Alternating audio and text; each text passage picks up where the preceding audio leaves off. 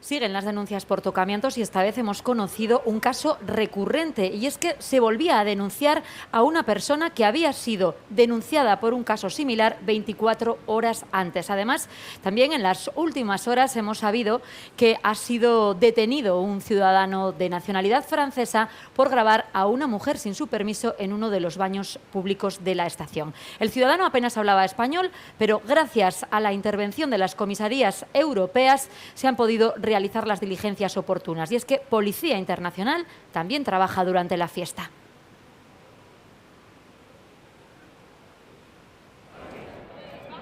¿Qué hacen un policía español, un francés y un italiano en Pamplona? Patrullar con los colegas españoles. Somos patrulla mixta que van por la ciudad en patrulla, en un vehículo o caminando. Agentes uniformados de otros países aterrizan en nuestra ciudad durante Sanfermines. Forman parte del proyecto de comisarías europeas que patrullan con la Policía Nacional Española y que pretenden asistir a los extranjeros que, por ejemplo, no manejen nuestro idioma. Les asegura de saber que los franceses están aquí, pueden estar asistidos por policías franceses en caso de problema o en caso de poner denuncia o otra cosa.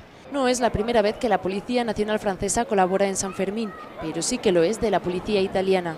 Para Italia es el primer año aquí en Pamplona. Con ellos será mucho más sencillo resolver cualquier tipo de incidencia de los turistas italianos y galos. Nuestros ciudadanos puedan atenderlos si tienen problemas, si se acercan, si se han perdido.